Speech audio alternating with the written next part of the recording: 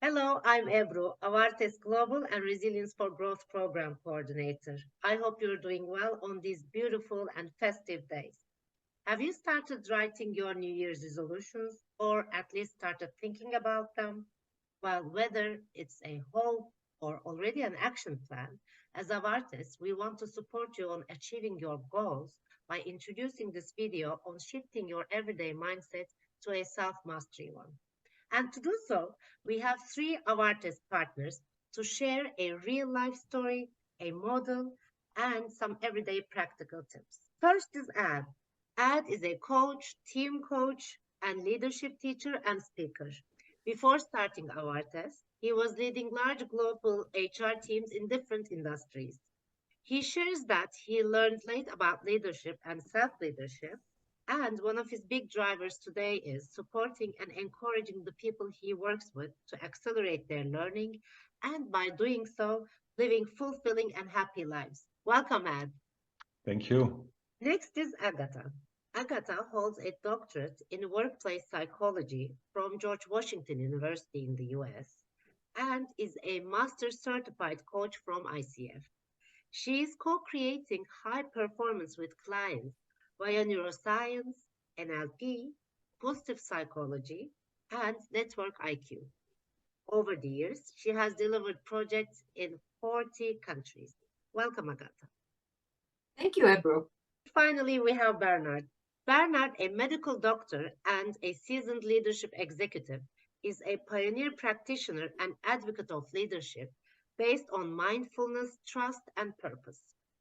He has a wide and deep professional experience, having worked in blue chip and startup, biotech, and pharmaceutical companies over 20 years. Welcome, Bernard. Thank you, April. Let's begin. So, Ad, what is your experience with self mastery? Thank you, Ebru, for this question. Actually, I remember like yesterday when my journey towards self-mastery started. It was a Sunday, late February 2002. With our 4 kids, we had moved just 1.5 years earlier to our second international assignment in the greater Munich area. We never skied until we moved close to the mountains. That Sunday in February 2002, we were just back from our first ever 1-week ski holidays.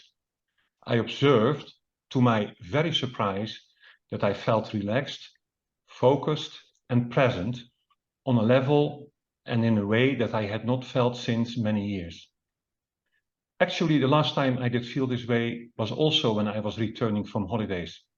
But this was in the pre-internet and the pre-24/7 time, when making a call on holidays abroad meant going to a phone somewhere, and when it was almost impossible to receive calls when traveling around. Very, very different from the nowadays we all know. And as I noticed on this day in February, this huge difference between how I felt that day and how I felt just before those skiing holidays, I decided that I was going to try and keep that wonderful sense of being relaxed, focused and present as much as possible. I literally had no clue that I was starting a journey that I know now would last for all my life and would bring incredible benefits. I had no clue that actually I was beginning my very own travels towards self-mastery. Actually, I even didn't know the word self-mastery.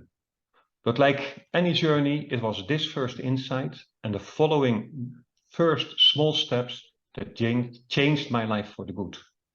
Not that it all came natural or was easy, the contrary, but I will share with you later in this video. Now it's an honor to introduce our partner Agathas Journey to you, who has developed, based on science and on deep global experience, a model for and actually also a journey towards self-mastery that she will explain to you. Thank you so much, Ad. It's a delight to be able to share this model with you. But before we start this journey of everyday mindset to self-mastery, let's explore what this everyday mindset is so you can appreciate what happens when you're on the other side of the spectrum. I take you back when you were a child. You listened to your teachers. You listened to your parents, to other authority figures, religion. All of them were putting messages into you as to how the world views, operates from their point of view. These messages were sinking in. And in psychology, they became operating principles. In neuroscience, they became programs. Fast forward to where most of us are, whatever age you are right now. Most of us still operate every day with these programs, basic assumptions, still ringing in their subconscious, conscious mind. That's about 70% of us, would you believe? So that's everyday mindset. But some people are lucky enough to go to work where they get fantastic training. Others are lucky enough to leave their homes, or maybe not, are lucky enough to move to other countries to get exposure to different cultures. And they think, maybe mine is not the only way, because as they get feedback from the environment, which says we do it differently, they begin the process of self-assessment for accuracy and wanting to adjust to their environment the best they can. They learn self-management. This is the result I got first time. This is where I want to be congruent with my environment. Therefore, I'll change. Again, in the learning paradigm, it's called single loop learning. Cause, effect, change in the middle. This is self-management. People are able all of a sudden to manage themselves in order to better fit with their environment. And that's fantastic. That's growth. But some people go even further than that. They begin to self-assess on an ongoing basis. Is this the only way to look at things? Are others do it differently and perhaps better? So with this self-assessment comes self-awareness, expanded self-awareness. And they begin to question their assumptions as being the only ones that are appropriate. In learning paradigm, again, this is called double loop learning, which means from point A, you begin to question the assumptions to get to a better point B. Double loop learning, self-leadership, where you influence yourself, your moods, your emotions, your level of motivation in order to get better results, even better results. But some people don't stop there either. They go to a place where mindfulness becomes one of their operating principles. What is this mindfulness? Observing, being in touch with the reality as it is, with no judgment. It is about observation and learning for the sake of learning, which is triple loop learning and learning paradigm. Mindfulness is about being in congruence. With that, for some, comes self-discipline. So I'm going to be the best I can be at any point in time. I am going to show up authentic.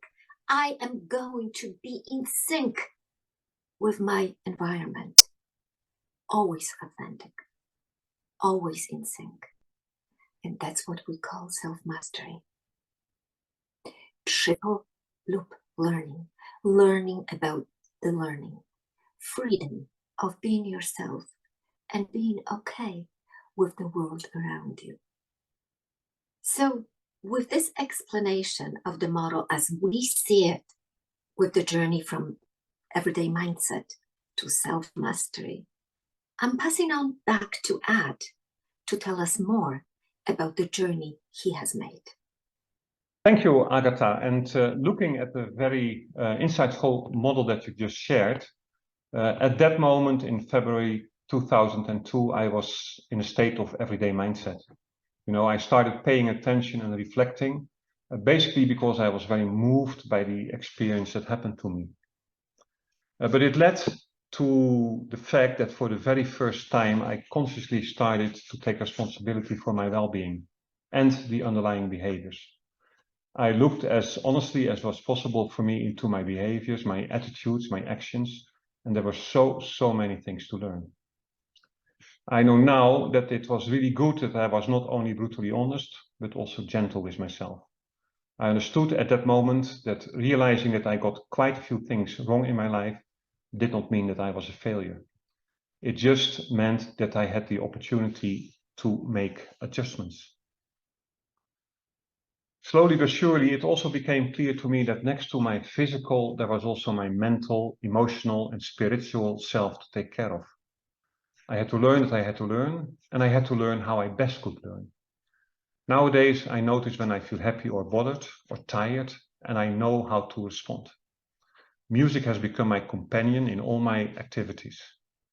I have also learned that being out in the mountains is a better place to take care of my spiritual soul than any church. I've learned that alcohol is bad for me, so I stopped. And the best is that I have never been so clear of my passion, how I want to live and who I want to be. To be fair, I cannot say that I don't have fallbacks. Of course they are there. But since I've learned to do what is important for me, most of the days I can handle these. And an insight that really helped me was that I knew that I am disciplined, but that I focused my discipline entirely on my work, not on myself, not on my family, not on my friends. So starting to use that very same discipline, not only for work, but also for all the other aspects of my life, was literally the key that unlocked my journey towards self-mastery. And what is beautiful and encouraging is that we don't have to plan the entire journey. We just have to start with small steps. I proudly introduce to you our partner, Bernard Kouwans, who joined us at Vartus recently. And Bernard is going to share with you the small steps he has made to become the CEO of his life. Thank you, Art, for the introduction. Do you know those days? You have all the best intentions, a good idea of how your day should go. And then 8 hours later, you ask yourself, where has this day gone? I had many of those mind-numbing business days in my life until I changed a few things that I now call my 5 wonderful companions. And they help me to keep myself healthy and happy every day. And the best is, they're so easy to adapt that you can even try them yourself. So what are the 5 companions? The first is start your day with a morning ritual. Don't just stumble into your day. Start it mindful with a short morning ritual. For me, starting the day with a good cup of green tea, some breathing exercises on the balcony, and about 10 minutes of yoga gives me the energy to start my day mindful and positive. The second thing is smile into your day. You know, happiness is not in the body, happiness is in the mind. So try it and treat yourself with a smile every time you stand in front of a mirror, for example. You can try that even in the morning when you brush your teeth, you look in the mirror. And if you don't like what you see at this time of the day, it's even better because it gives you a good laugh. And with the laugh, a very nice rush of positive neurohormones. The third is focus on the big rocks. How often do you get clarity on what's really important? And I don't mean the things that are urgent and pressing. I mean the things that are really important. So try this. Close your eyes for 30 seconds. Take three deep and calm breaths. And now ask yourself, what is the most important for you today? This is what I call the big rocks. The fourth is overcoming mind wandering. Your mind is everywhere. The Zen monks have a word for that. They call that the monkey mind. And it means the mind is like wild monkeys jumping around all the time. And this is natural because it's a kind of default mode of our brain when we are not focusing deeply on something, that the thoughts just come. Only 10 minutes of meditation a day can really make a difference here and can help the mind and you to overcome this mind wandering and refocus more quickly. The fifth and last, I call the magic of flight mode. Stopping to re-energize is life-saving. But we often struggle. We struggle to get off the last email, the last message, the last LinkedIn post, and so on. This impacts our sleep. It impacts our re-energizing. And finally, it can learn for us to burn out. Try flight mode. We all know it from the plane. You go on a plane and you switch off your devices. Why not do the same? For example, when you come home and sit down for dinner. It might sound awkward, but it's not only doable.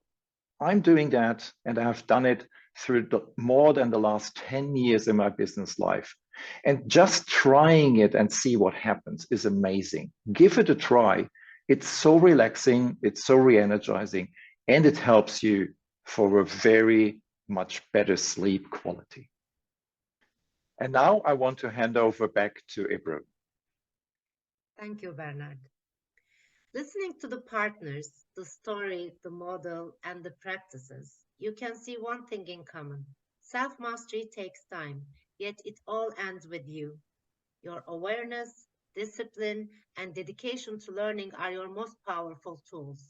Be patient, be consistent, and be persistent. Now, while ending this video, we have Agatha again to reflect on some coaching questions. Thank you, Ebru. So the first question to ask yourself is taking you back to when you were 8 years old and all seemed possible. When you look at your life right now from that perspective, how does it seem to you? What would you be really proud of? What would you wish had gone differently? And what would you want to change from now on to reconnect with the 8-year-old child in you? Second question is, how would your life change if you lived unaffected, oblivious to the opinions of others? What one personal change would lead to the most powerful benefits for you? What is that one small step you can take towards it in 2023? What do you need to say no to in order to protect your very own self?